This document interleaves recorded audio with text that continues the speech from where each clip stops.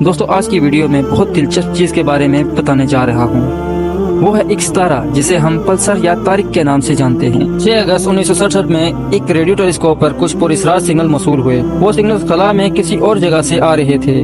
وہ سائنٹسٹ جنہوں نے وہ سگنل موصول کیے، ان کا ماننا تھا کہ ان کو وہ سگنل کائنات میں کسی اور مخلوق نے بھیجے تھے جو شاید ہماری دنیا کے لوگوں سے رابطہ کرنے کی کوشش کر رہے ہیں، مگر وہ سگنل کسی خلائی مخلوق کے نہیں بلکہ ایک ستارے سے آ رہے تھے۔ اور تب انسان نے ایک ایسے ستارے کی کھوج کی جسے پہلے کبھی انسان نے نہیں دیکھا تھا، لیکن یہ پہلی بار نہیں تھا کہ اس ستارے کا ذکر انسان نے سنا ہو، بلکہ آج سے 1400 سال پہلے قرآن کریم میں اس ستارے کا ذکر آیا ہے۔ سورہ الطارق کی آیات 2-3 میں اس کا ذکر ہے۔ اور تم کیا جانو کہ طارق کیا ہے؟ چمکتا ہوا ستارہ۔ ناسا جو کہ اسپیس میں موجود ہر چیز کے بارے میں جاننا چاہتی ہے، چاہے وہ پلینٹس ہوں یا دوسری گلیکسیز۔ ناسا اپنی سرچ کے لیے ہر بار نئے ریڈیو ٹیلیسکوپ اور سیٹلائٹ اسپیس میں بھیج رہا ہے، اور ریڈیو ٹیلیسکوپ کی مدد سے زمین پر سگنلز موصول کر رہا ہے۔ دوستو ویڈیو شروع کرنے سے پہلے آپ سب سے ریکویسٹ ہے کہ ویڈیو کو لائک اور چینل کو سبسکرائب ضرور کر لیں، اس سے ہمیں بہت موٹیویشن مل جاتی ہے۔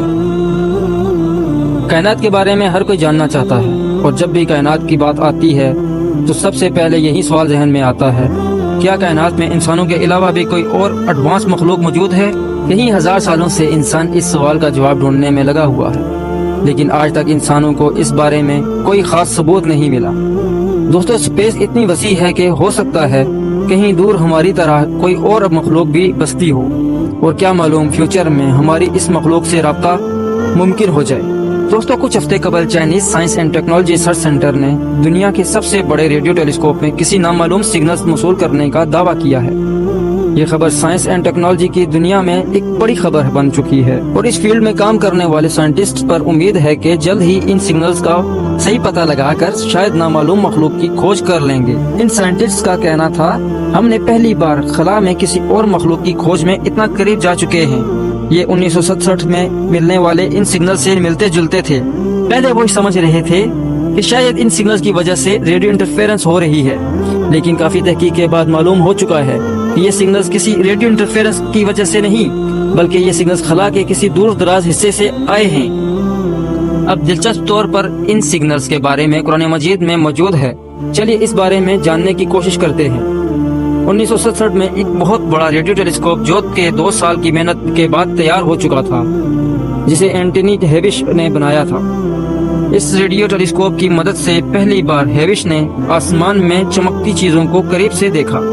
تب انہوں نے سائنس کے میدان میں بڑی کھوج کی، اور اس میں ان کا ساتھ چاکلین بیل نے دیا۔ 28 نومبر 1967 کو بیل اور ہیوش نے ایک تیز اسٹرپ چارٹ ریکارڈ کا استعمال کرتے ہوئے سگنلز کو نبضوں کی ایک سیریز کے طور پر حل کیا۔ ہر 1.3 سیکنڈ میں یکساں فاصلہ رکھا گیا۔ اس نوعیت کی کوئی فلکیاتی چیز پہلے کبھی نہیں دیکھی گئی تھی۔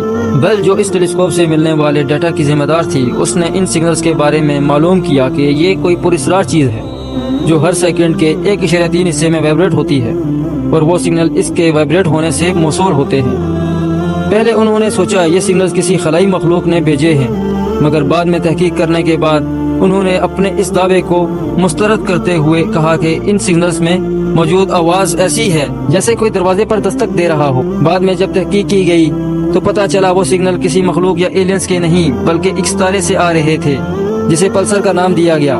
ہیوش اور بیل نے جن سگنلز کو ڈھونڈا تھا وہ ایک نیوٹرون ستارے سے آ رہے تھے، جن سگنلز میں ایک آواز تھی جسے کوئی دروازے پر دستک دے رہا ہو۔